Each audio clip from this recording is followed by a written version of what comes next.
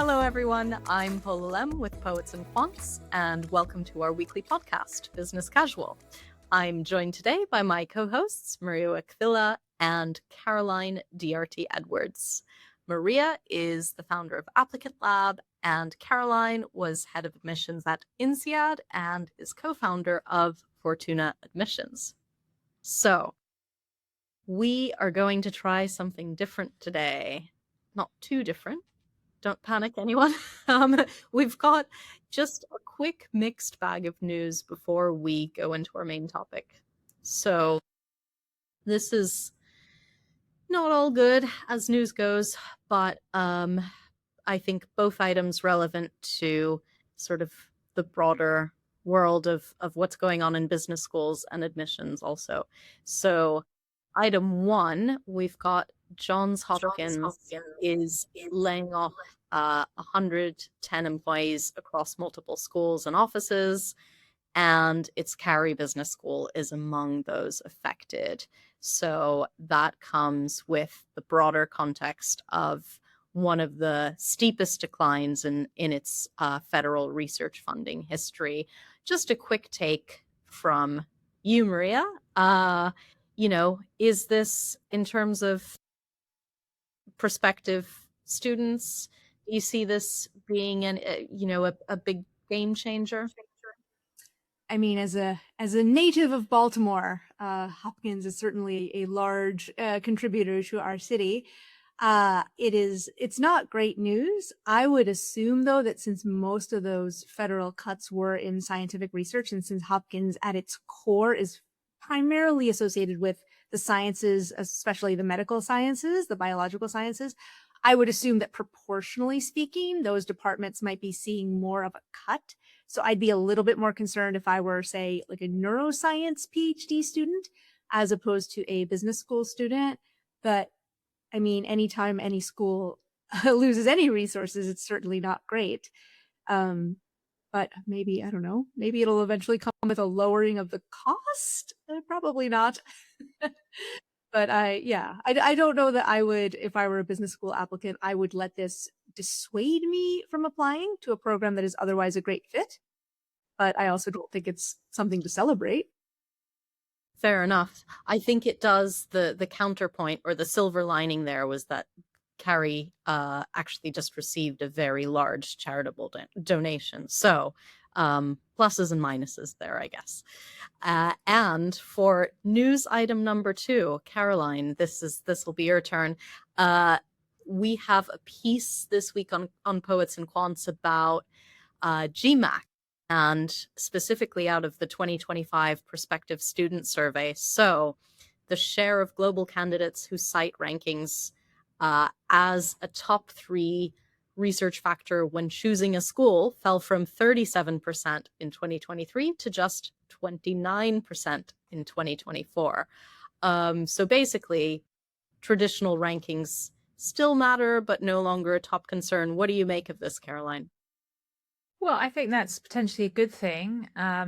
We are not big fans of rankings on this podcast.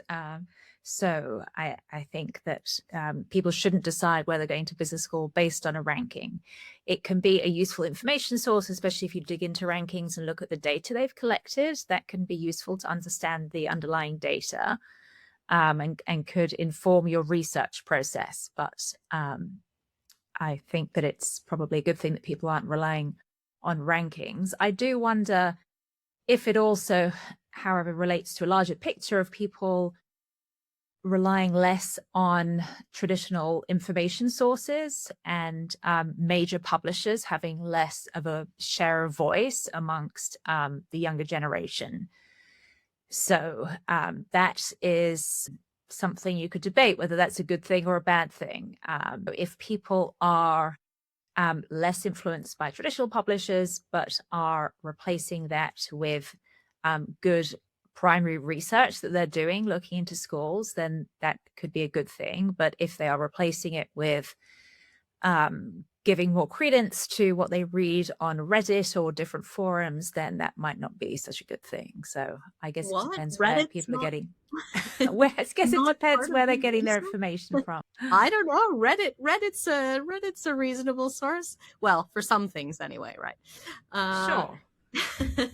So fair enough. So also could interpret this one of a couple of ways. And then I guess that's it for our little news round there. But our main topic today is this admissions revamp that Stanford has embarked on. So Stanford Business School is launching something it calls Application Essentials. This is a sort of resource hub that walks applicants through every section of the application with things like short videos, downloadable tools, this sort of expandable guidance that they call Notes from Admissions. And they say that this idea grew out of conversations with admitted students over the past couple of years. And the admissions director says many of those applicants really spent a lot of time trying to figure out what the school meant with certain prompts.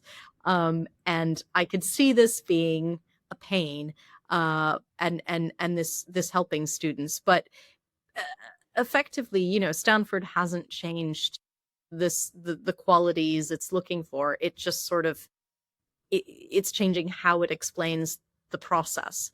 So do you think, well, first off, Caroline, what do you make of this? And also, do you think we'll see this happening with other schools, or are you seeing this happening with other schools where they're really trying to bring separate resources together a bit more? I think it makes a lot of sense. They're trying to create a sort of one-stop shop for information about the application and what candidates need to know. And I can imagine that as a website evolves, as the school website has evolved over the years, they've probably had information in different sections, in program pages, in FAQs and blogs and so on.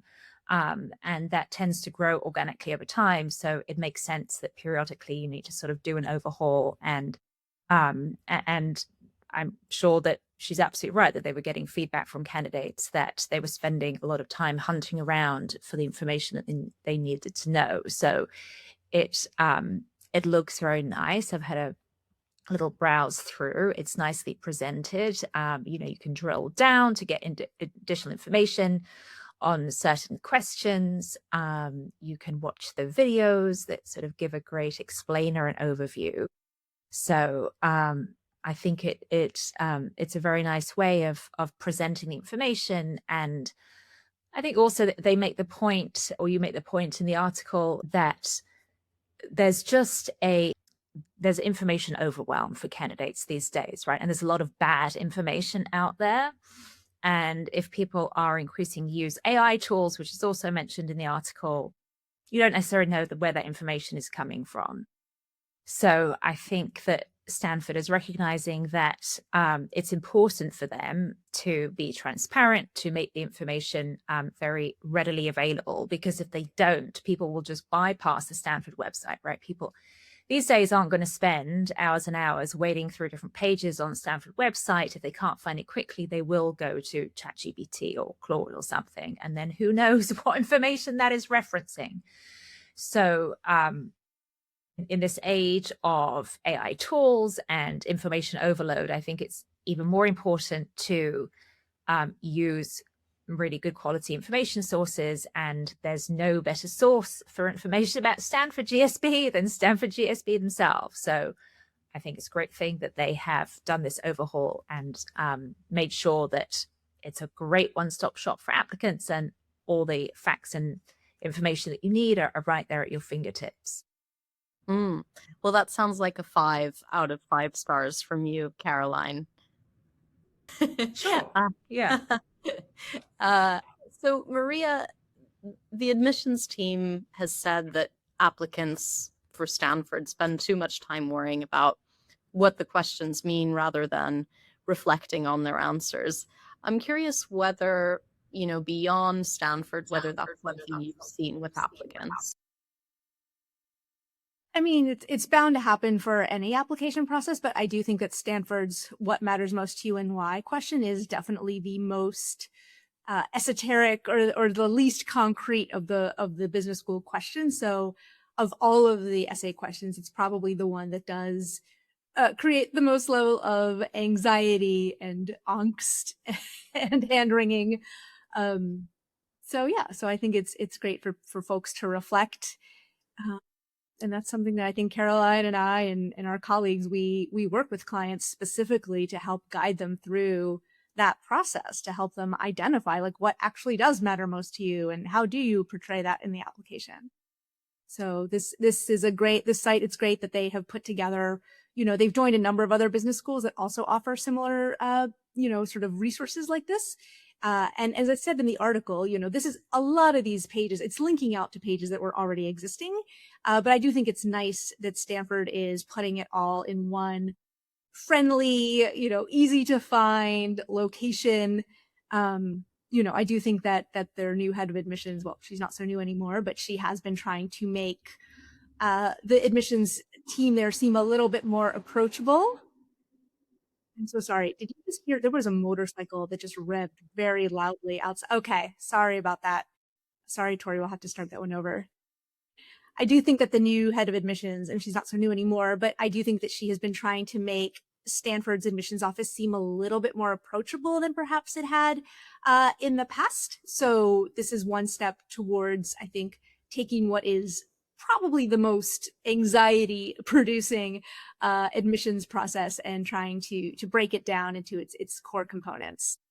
Something I would add is also that when I was at INSEAD, sometimes we would end up rejecting candidates not because there was anything fundamentally an issue with their profile or their preparedness for the program, but they just hadn't understood the application process and had made some bad choices in how they had presented themselves, whether it was in the essays or a bad choice of recommender, or perhaps they hadn't understood the importance of the GMAT or the GRE and hadn't really tried with that, even though it looked like they probably had the academic potential to do much better than they actually did.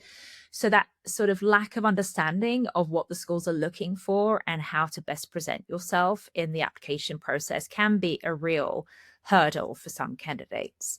And so I'm sure that Stanford has also seen applications where they wish that the candidate had better understood what was expected of them in the process, because they could see that the raw material was there. It just, in a very competitive process, it's not just about having the raw material, it's also about communicating your candidacy effectively. And so I'm sure this is part of an effort to make sure that everyone who applies is able to sort of understand what is expected of them and can convey that effectively. To follow up on that, I mean, that's quite interesting. Like, what are there trends you're seeing when candidates make a misstep in that way? I mean, you mentioned like choice of a bad reviewer. Is that what's a poor choice of reviewer? And then going back to our original essay question, are there any? I'm curious if you've got an example or two of, where you see the raw talent, but the essay just isn't working. Yeah, so with recommenders, I mean, there's lots of options for bad recommendations. So it could be maybe it's someone who you haven't worked with for several years. So the schools really want to see recommendations from people ideally who've worked with you over the past few years. So if someone's been working for 6 or 7 years and their recommendation is someone who worked with them in the first year or two of their career, then that is perhaps not as useful. Or perhaps it's not a professional recommendation, right? Schools prefer to have professional recommendations. Sometimes you'll see people who will have mobilized a professor or somebody from an extracurricular capacity, when it would have been better to have somebody who is actually someone who supervised them. Or they might get a recommendation from someone who's really a peer at work, rather than someone who is more senior than them. Or they might get someone who's much more senior than them, right? The CEO of their company. And then that person doesn't know them very well and can't actually give much detail about what they've done and the impact that they've had. So there's lots of mistakes you can make when it comes to figuring out who to ask for your recommendation. Mm. Yeah, and Maria, I mean, we started talking about, well, we've talked about recommenders for kind of tangential to our main topic, but within essays, what are the top missteps there that candidates tend to make? I mean, I think we've talked about, not getting your story across very well, but are there kind of, pitfalls that you would warn against? Yeah, I mean, for Stanford in particular, I mean, I have like a couple of hours worth of guidance on Yeah, just what matters most to you and why alone. But so if I had to pick the number one mistake that I think people make with this essay is they are too focused on the audience and they're too focused on what do I think they want to hear. And they also view it as, well, this is a competitive process, so I need to show them that I'm very competitive. So what matters most to me is excellence. That's a big mistake I see a lot of people make. What matters most to me is being the best. And then they proceed to list off every spelling bee they've ever won. Every election, I was the 4th grade classroom, in the 10th grade, I was named top hall monitor, because what matters most to me is excelling at all times. And that really, really misses the mark, because first of all, if that actually is true for someone, then that's a great recipe for, at a minimum, burnout, and at its worst case, not having any friends. But it's a missed opportunity to really show them who you are. So that is one where I think a lot of people, that's their initial instinct, is I need to tell them that what matters most to me is being a successful business person or winning at all costs. And that really misses the mark. Caroline, any other examples of these or other kind of Stanford application essay pitfalls that you've seen? Yeah, well, a mistake I've seen candidates make a lot is diving into writing something before they've really done that reflection that we talked about. And that reflection is absolutely critical for the Stanford application, but it's important for all of your MBA applications, even if the questions seem superficially a little bit easier to tackle than the Stanford GSB questions. It's absolutely critical to do that deep thinking about taking stock, to think about, okay, what is it that has shaped the person that I've become today?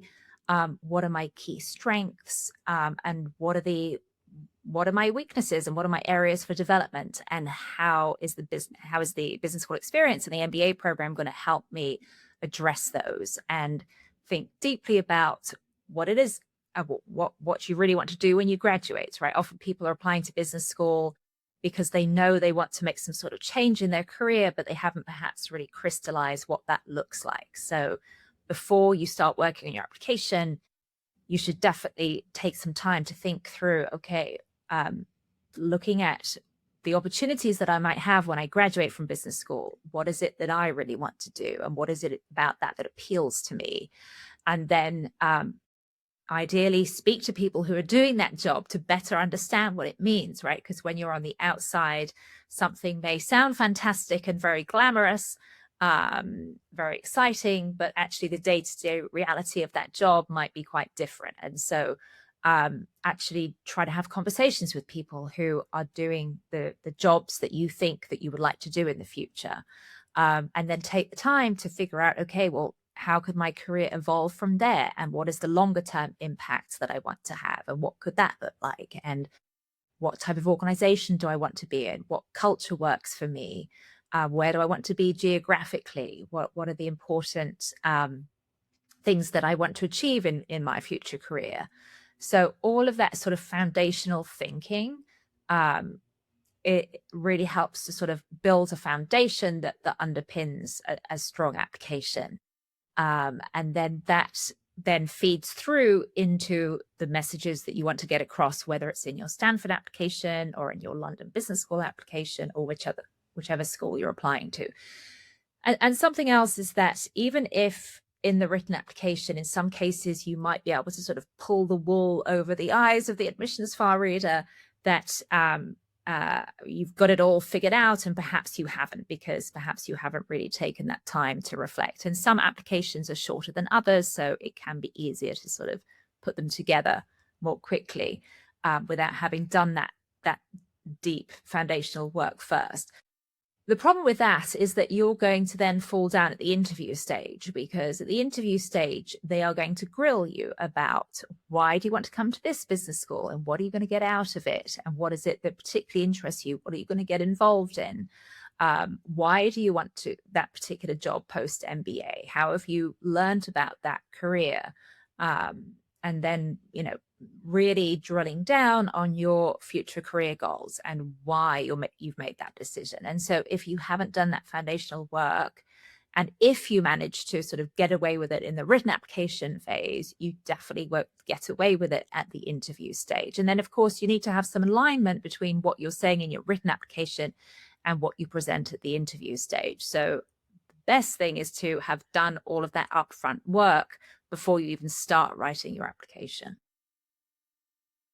Yes, this all sounds very sensible. So, so final question from me here for both of you. Maria first, if you could redesign one part of an MBA application for maybe not necessarily the essay itself or the essays themselves, but just in the experience of applying, what would you change?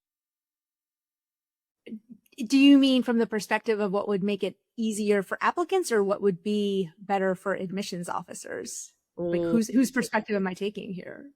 Because I have very different answers depending on. Oh, I'd like. Can we do one of each? Sure, absolutely. So if I were running admissions, I would absolutely put more of these video interviews into place, and I would not give you any thinking time. So sometimes some of the existing video interviews will say, you have 30 seconds to think, and that's ridiculous. Because how many times in real life do we get 30 seconds to think before we start to speak? So I would do something like that, because I think that, and I would do it in a locked down browser environment, like when you take the SAT, so they can't, try to fake it with an AI video avatar. I would absolutely rely more on that, not only because it's in the age of AI and, with the essays, I think are becoming more of a commodity, but you really can learn a lot more about someone when you speak to them. That's why they have interviews. That's why the schools have interviews. So I would push some of that a little bit earlier into the process.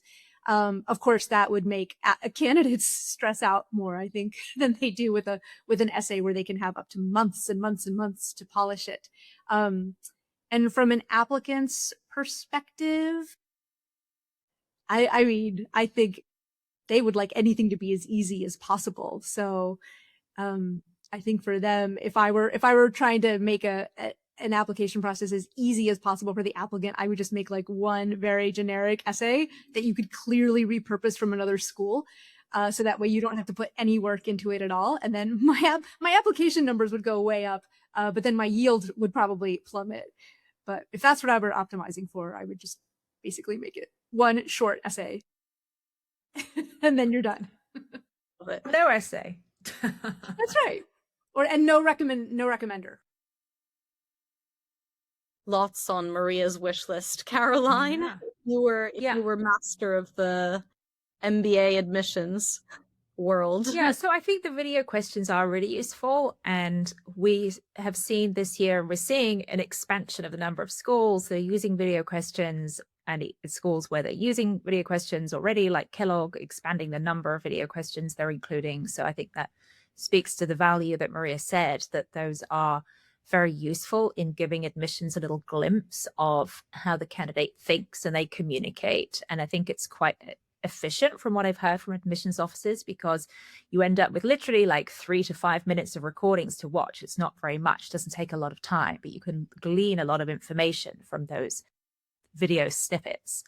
And I'm kind of surprised that Harvard, Stanford, and Wharton have not yet introduced any video elements. So they are the holdouts, and it'll be interesting to see if they adopts that at some point.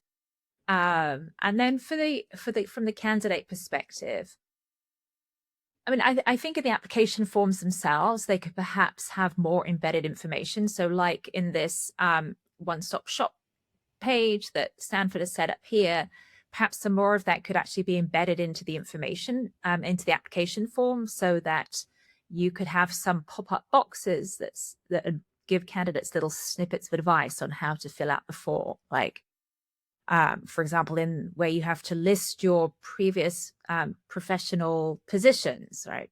Could suggest put it in reverse chronological order, like you would in a resume, or give them advice on if you've worked in a foreign country, how to present currency. Give them advice. You can have a little point there about just making sure that this aligns with how you've presented your positions in your resume, right? Because you want to make sure that the information is consistent across your application. So I think that could be useful if they embedded some more little snippets of information and advice in the application forms themselves. Well, there you have it. Maria and Caroline on tweaking the MBA application. So we are out of time, and I'm not going to ask you both what you're going to make for dinner today or have for dinner today because I've got to run.